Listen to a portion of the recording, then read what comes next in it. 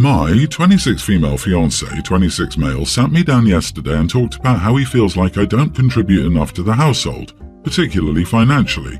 I was a bit caught off guard by this, but I was willing to hear him out since he wasn't wrong. He makes a lot more than I do, and we've always split bills accordingly, which ends up being about 80% on him.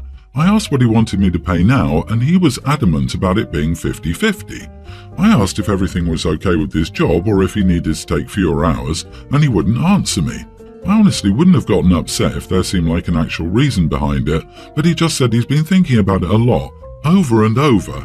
Every time I asked what brought him to this conclusion, what was going on.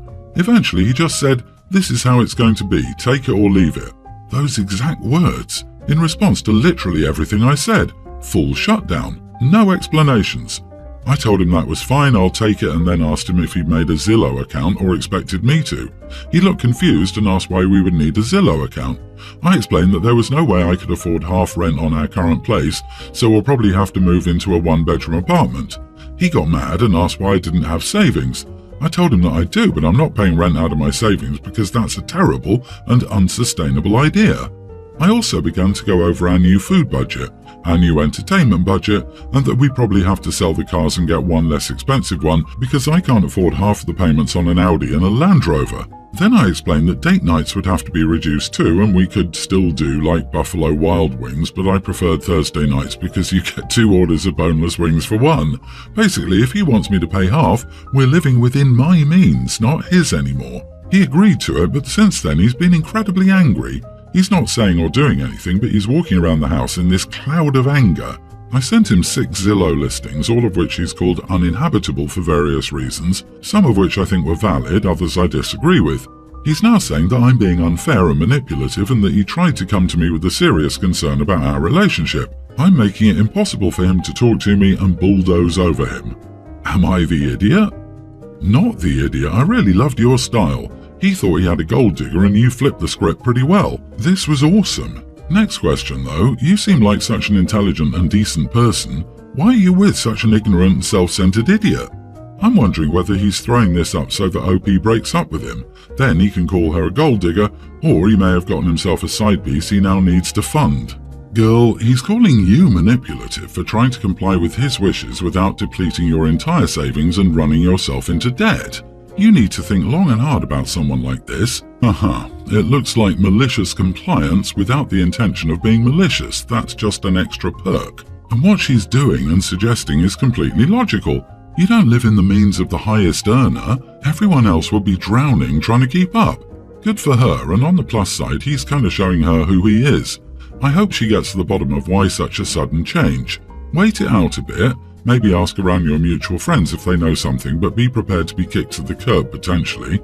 To me, it sounds like something happened with his job, and he's not able to tell you yet for whatever reasons. I would try to have another calm chat about it with him, also showing him how much you'd be able to afford long term. Don't move forward with your plans of getting married until you both agree on your finances. I don't like how he issued an ultimatum without an explanation.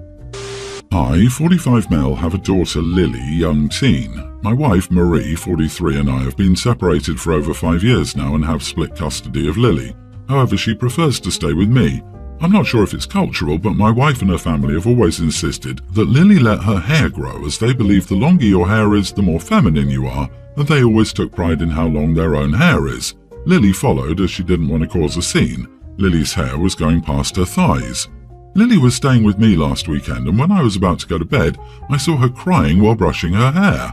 I asked what was wrong, and it felt like Lily was having a breakdown. She started to cry harder and told me how much she hates her hair, that it takes her hours each day to brush through it due to how thick it is and how hot and tired it makes her feel. I'm not even mentioning styling it. She also told me how she wanted to dye it, but Marie wouldn't let her do this as it would ruin her hair and is bad taste. I hugged her and told her not to worry and that I'll think of something. I called my sister and explained the situation to her. She organised an appointment with her hairstylist the next day to look at Lily's hair and do something with it. So the next day I took Lily to the hair salon where she cut her hair. She chose a long bob.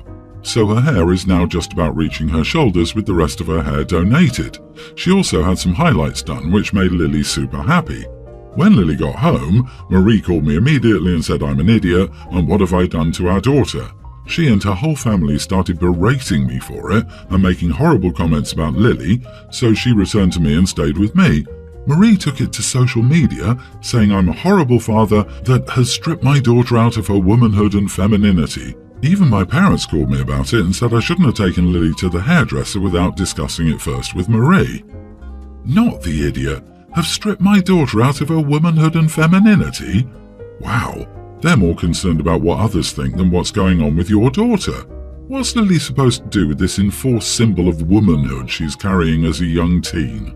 The horrible thoughts that brings up. It sounds like an outdated burden and repressive. Lily must feel so light and happy with her new haircut. I was 16 before my parents let me cut my hair to my waist. It wasn't even a religious thing or anything. My mom was just a tyrant. Kids made fun of me relentlessly. I got gum stuck in my hair, to which my mom would just pull out the peanut butter. My hair would even get into the toilet sometimes. It was disgusting. I don't find a problem with parents setting some limits on hair, like no dyeing. After all, some of those chemicals are carcinogens. Or no mohawks. Yet when a parent has a child totally under their thumb and won't let them express individuality, that's a huge red flag to me. Your daughter is old enough to decide her own body and personal image. She doesn't even have womanhood yet, she has girlhood. And that and her femininity are not dependent on the length of her hair. Her mom was being controlling and frankly abusive, forcing her to maintain that hair if she wasn't comfortable. Also, try to get full custody of your daughter, please. As an adult who was in a similar situation, I wish my dad had been relentless in trying to extricate me from my mother's grasp. I'm a nearly adult female and my sister is 21. We've hated each other, and I mean legit hate. I don't recall ever thinking a positive thing about her. She's home for the summer and is a general pain in my butt. My parents were out of town this week and she had a party for all her friends. I'm not being mean, but it's the fact that my sister and her friends are very large. I guess my sister is more thick, but the others are big. They got into the hot tub, and while it was too many people no matter what because they were so big, a huge amount of water overflowed over the side. The hot tub was right outside my window, so I could see and hear that the pump wasn't getting enough water after they got out. I yelled out my window that she needed to put the hose in it since it wouldn't run dry. She told me to mind my own business. I went out to do it myself, but the pump was making a weird noise by the time I got there, and then the breaker popped. The next day she did fill it up, but she didn't know why it wouldn't start, and I didn't care enough to tell her about the circuit breaker. When my dad got home, he wanted to sit in the tub because he has a really painful back condition, and basically running the pump without water ruined it, and my dad was furious. My sister lied to him and said that it was just like that, and even she and her friends didn't get to use it. I told him that actually no, she and her fat friends overflowed it, and then she ran the pump dry, and she told me to mind my business when I told her how to fix it. My mom is so freaked out about my sister's self-esteem that she's mad at me for calling my sister fat. My dad is furious with my sister because he needs the hot tub to relax his back, or he doesn't sleep.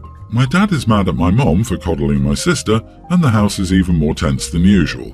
My sister says I caused the problems because I'm a snitch and a fat shamer. There's so much more, but I'm running out of room. Am I the idiot? My mom is so freaked out about my sister's self-esteem. This is the actual problem where people will deny reality to live in denial. Your sister sucks and even chose to lie about something you tried to help her prevent while being obnoxious toward you. Not the idiot. There's a lot of resentment between these two sisters for many reasons.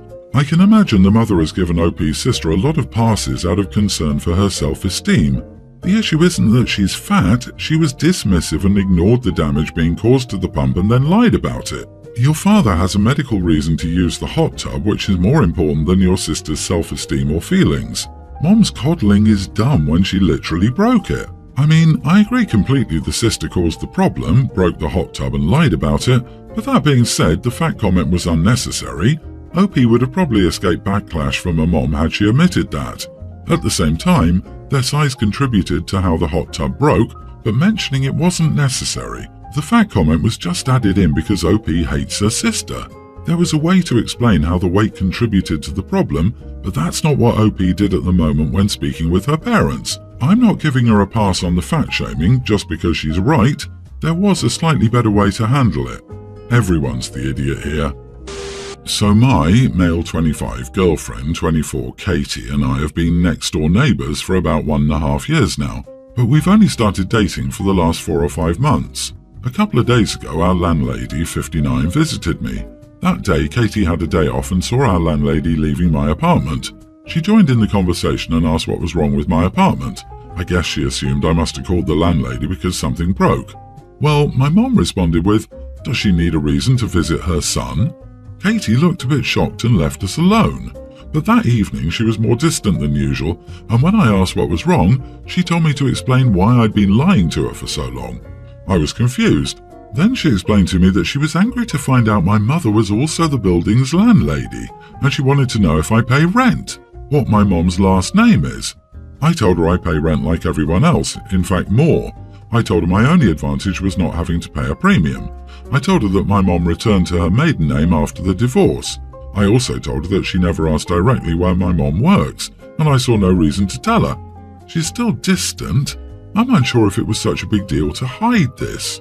You are the idiot. She has the right to know if she's dating her landlady's son. She may not have wanted to get involved with you had she known that.